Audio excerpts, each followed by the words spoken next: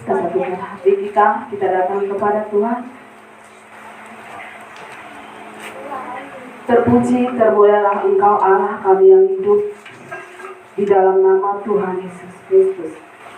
Sungguh Tuhan, kami bersyukur buat segala kasih setiamu, kebaikan dan kemurahan-Mu yang tidak pernah habis dalam setiap kami. Bahkan Engkau Tuhan Allah yang tetap setia dalam setiap musim kehidupan kami. Terima kasih Bapa yang baik. Kami bagikan rusa yang rindu air sungai-Mu. Demikian setiap jiwa kami hari ini Tuhan.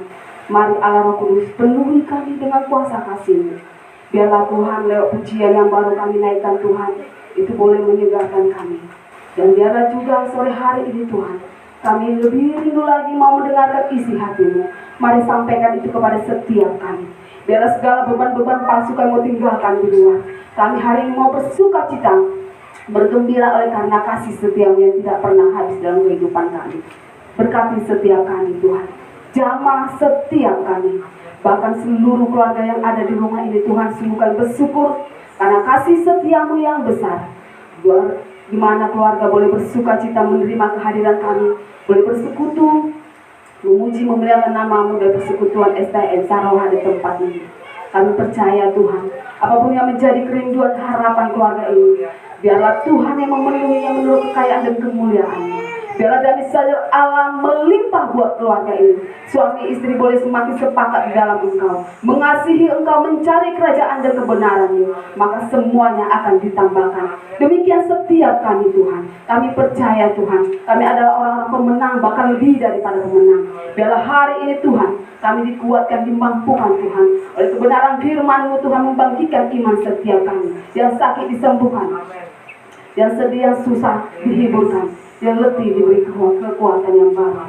Terima kasih Tuhan, hamba-Mu terbatas, tapi kami percaya kami mempunyai Allah yang tidak pernah terbatas. Dia yang memampukan kami Tuhan untuk boleh menyampaikan isi hati-Mu. Mari Bapa yang baik, berkata-katalah bagi setiap kami.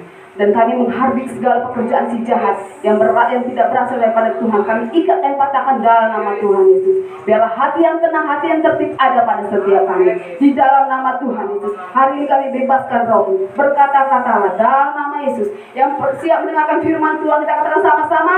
Amin. Salam Bapak Ibu yang terkasih. Apa kabarnya hari ini? Luar biasa. Puji Tuhan. Yang menjadi bahan renungan kita yang boleh Tuhan percayakan kepada setiap kita diambil dari buku kitab kita Filipi 4 ayat 6. Hari ini nas kita bicara tentang hal kekhawatiran. Mari kita baca bersama-sama. Sudah dapat? Katakan amin. Kita baca bersama-sama. 1, 2, 3 ya. Janganlah hendaknya kamu khawatir tentang apapun juga, tetapi nyatakanlah dalam segala hal keinginanmu kepada Allah dalam doa dan permohonan dengan ucapan syukur. Amin. Bapak Ibu yang terkasih dan saudara kami yang terkasih, firman Tuhan ini ya mengingatkan kita di mana ada kata perintah, janganlah hendaknya kamu khawatir tentang apapun juga. Ya, Bapak Ibu,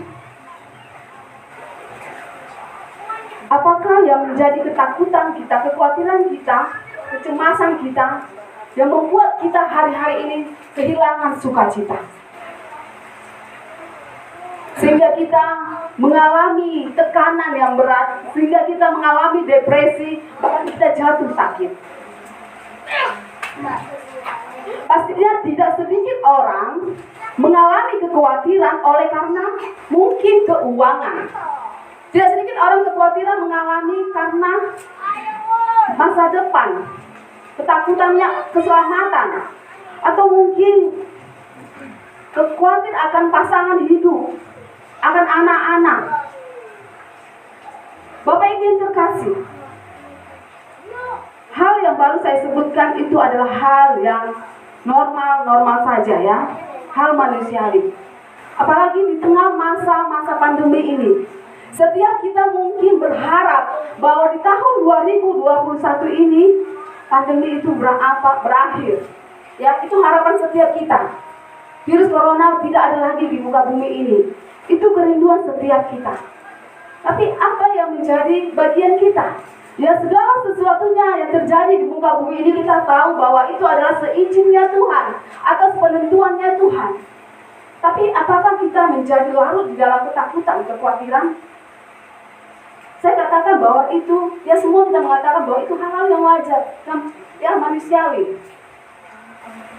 Bagian kita adalah bagaimana kita berdoa. Itu yang menjadi bagian kita, segala sesuatunya biarlah kita serahkan kepada Tuhan.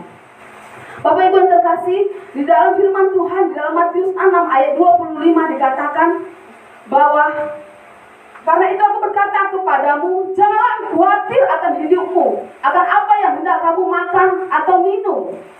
Dan janganlah khawatir pula akan tubuhmu, akan apa yang hendak kamu pakai.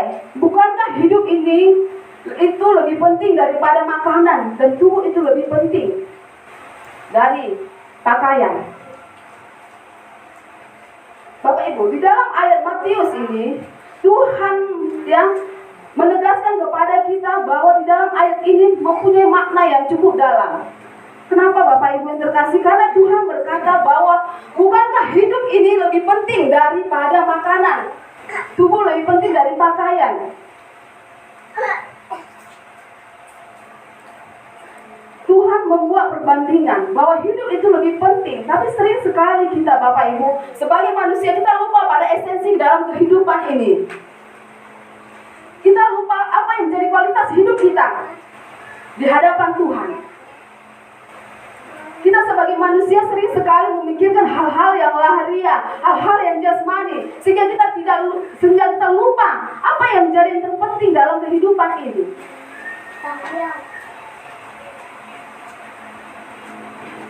Bapak Ibu yang terkasih, ada 3 hal mengapa kita tidak perlu khawatir dalam hidup ini. Ya, yang pertama Bapak Ibu yang terkasih, yang kita harus mengerti dan menyadari bahwa hidup lahiriah bukanlah yang utama. Kehidupan di dunia ini hanyalah sementara, bersifat sementara. Yang kelak kita akan tinggalkan semuanya. Kita tahu bahwa semuanya itu, apapun yang kita dipercayakan Tuhan, semuanya akan kita tinggalkan. Tapi bukan itu yang menjadi utama. Seringkali kita khawatir, apa yang akan aku makan besok? Itu yang menjadikan kita menganggap bahwa itu yang terpenting. Jadi dikatakan bahwa yang terpenting itu adalah hal-hal yang kekal, hal-hal yang rohani, yang dimana itu yang akan kita bawa, teman, yang akan kita pertanyakan, dipertanggungjawabkan, kita akan pertanggungjawabkan. Jadi yang kedua, mengapa kita tidak perlu khawatir, Bapak Ibu yang terkasih? Bapak Ibu, apakah dengan khawatir akan menambah jalan sehasta pada kehidupan kita? Pastinya tidak ya Bapak Ibu. Apakah dengan khawatir itu akan membuat kita bersukacita, menambah umur kita panjang? Jadi Bapak Ibu, jika khawatir itu tidak membuat sesuatu yang baik, untuk apa kita khawatir? Yang ketiga, mengapa kita tidak perlu khawatir? Percaya bahwa hidup kita adalah di tanggung jawabnya Tuhan. Ya, burung saja Tuhan pelihara, Bapak Ibu, apalagi kita. Kita adalah serupa dan segambar dengan Tuhan. Kita adalah ciptaannya, maka Tuhan bertanggung jawab untuk segala ciptaannya. Bahkan lebih lagi, kita adalah orang spesial yang Tuhan sudah mati untuk setiap kita, menebus dosa-dosa kita. Jadi untuk apa kita khawatir? Ketika kita ragu kepada Tuhan, itu artinya kita tidak percaya kepada Dia. Kita sedang membatasi kuasanya Tuhan. Ketika kita khawatir, yang itu artinya kita tidak mengenal siapa pencipta kita. Bapak Ibu, ya. Jadi Bapak Ibu, Tuhan tegaskan di sini. Apakah dengan khawatir Tuhan tidak sanggup melakukan apa yang kita butuhkan, apa yang kita inginkan? Jadi ketika kita khawatir, kita sedang membatasi kuasanya Tuhan. Bapak Ibu, ya, itulah ketiga hal yang tadi, mungkin banyak lagi ditambahin, tapi 3 hal itu, mari Bapak Ibu, Allah bertanggung jawab untuk setiap kita. Jadi tidak perlu kita khawatir. Kita tahu bahwa kekhawatiran itu manusiawi, tapi yang tidak manusia, yang tidak baik adalah ketika kita larut di dalam kekhawatiran yang membuat kita sakit, depresi dan lain sebagainya. Kita baca, lanjutkan ke Filipi Bapak Ibu, yang tadi ayat 6, Filipi 4 ayat 6. Dikatakan bahwa tetapi nyatakanlah dalam segala hal keinginanmu. Bapak Ibu yang terkasih, apapun yang menjadi kerinduanmu, keinginanmu di dalam kehidupan ini, baik mungkin tentang pasangan hidupmu, anak-anakmu, bahkan berkat-berkat, nyatakan segala keinginanmu kepada Tuhan. Ada berapa hal di dalam ayat ini? Nyatakan keinginanmu kepada Tuhan Allah lewat doa. Ya. Bagaimana supaya doa kita itu dijawab Tuhan? Bangun hubungan persekutuan dengan Tuhan, intim dengan Tuhan. Bapak Ibu yang terkasih, musuh dari keintiman adalah keramaian. Musuh dari keintiman adalah kesibukan. Itu artinya beri waktu kepada Tuhan, menyendiri dengan Tuhan. Amen. Beri waktu yang terbaik bagi Tuhan. Mungkin tidak bisa pagi, sore hari, malam hari. Ada 24 jam Tuhan percayakan waktu untuk kita. Jadi, mari bangun hubunganmu dengan Tuhan lewat berdoa. Cari bersekutu dengan Tuhan. Cari wajah Tuhan. Cari kerajaan Allah dan kebenarannya, maka semua yang akan ditambahkan. Matius 6 ayat 33. Carilah kerajaan Allah dan kebenarannya, maka semuanya ditambahkan. Apa itu mencari kerajaan Allah? Bagaimana mencari kerajaan Allah, Bapak Ibu yang terkasih? Ya. Dan di mana Bapak Ibu, saya minta tolong dibacakan Roma 14 ayat 17.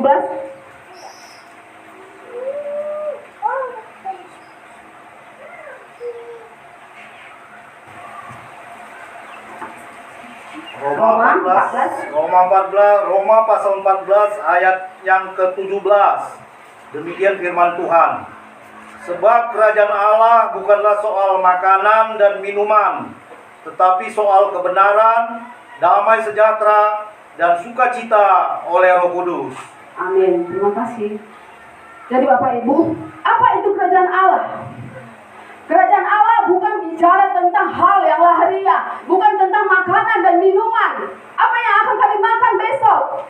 Tapi kerajaan Allah itu berbicara adalah damai sejahtera, sukacita, kebenaran daripada Roh Kudus. Ada amin? Dari itu Bapak Ibu cari kerajaan Allah. Setiap hari, setiap pagi cari sukacitanya Tuhan. Maka hidup kita akan berbahagia. Maka hidup kita akan berbeda Bapak Ibu yang terkasih. Ketika kita intim dengan Tuhan, mencari sukacitanya Tuhan, mencari damai sejahtera Allah. Sekalipun mungkin masalah datang silih berganti, ketika kita intim dengan Tuhan, iblis tidak mampu mencuri sukacita kita. Ada amin? Cari kerajaan Allah.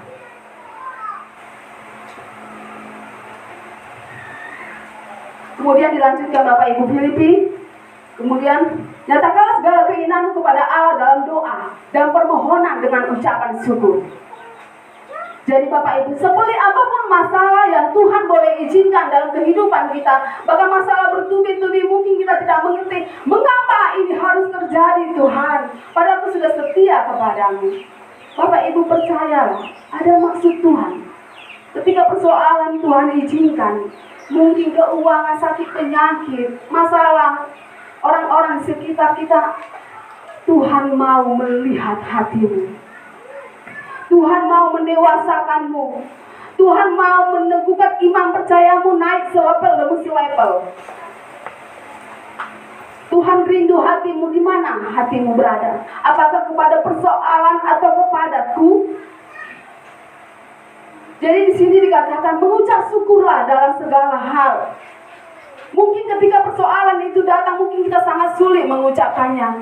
Tapi ketika kita mampu berkata, aku bersyukur Tuhan, kejadianku dahsyat dan ajaib. Ajaiblah Allah yang ku percaya, yang ku sembah. Artinya ketika kita mengucap syukur, kita perkatakan firman Tuhan, Allah mencukupkan